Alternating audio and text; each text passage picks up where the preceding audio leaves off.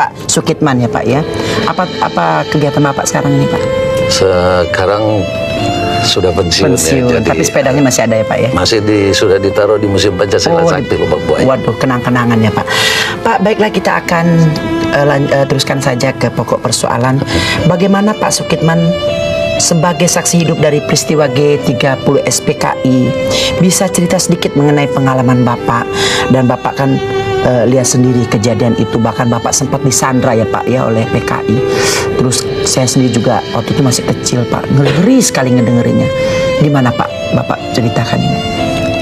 Baik, saya akan bercerita sepintas pengalaman apa yang saya lihat dan saya alami pada tanggal 30 September tahun 1965, tepat malam Jumat.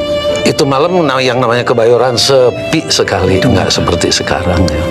Waktu itu saya ditugaskan di Jalan Iskandar Shah.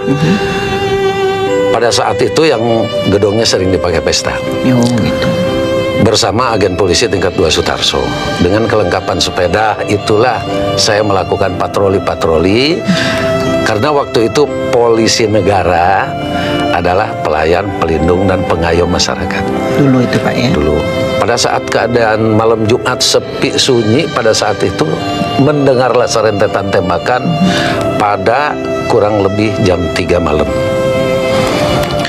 Dengan mendengar serentetan tembakan yang datangnya dari arah utara, saya sebagai anggota Polri untuk mengecek apa yang terjadi, saya izin dengan teman saya. Saya berangkat menyelusuri Jalan Iskandar Shah melawan arah dengan kecepatan yang tinggi lah, naik sepeda. Kecepatan tinggi naik sepeda ya tidak. Apa waktu itu nggak ada mobil Pak? Mobil tidak ada. Patroli dulu pakai sepeda ya Pak? Sepeda itu udah kebanggaan seorang polisi yang mendapatkan sama pentungan ya Pak ya? Pentungan dengan senjata jenggal. Oh gitu. Terus Pak? Dengan menaiki sepeda, saya izin dengan teman saya ngecek ke tempat kejadian.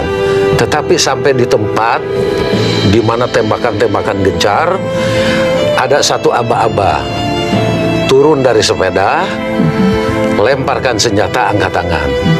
Dengan tembakan yang segitu gencar, saya sudah tidak berpikir panjang lagi.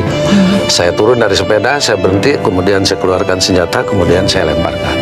Dengan todongan-todongan senjata, saya diseret.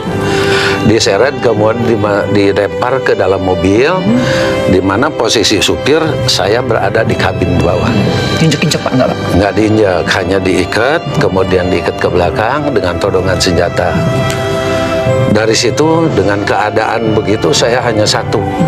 Saya mohon kepada Yang Maha Kuasa pertolongan untuk kepada yang lain sudah tidak mungkin.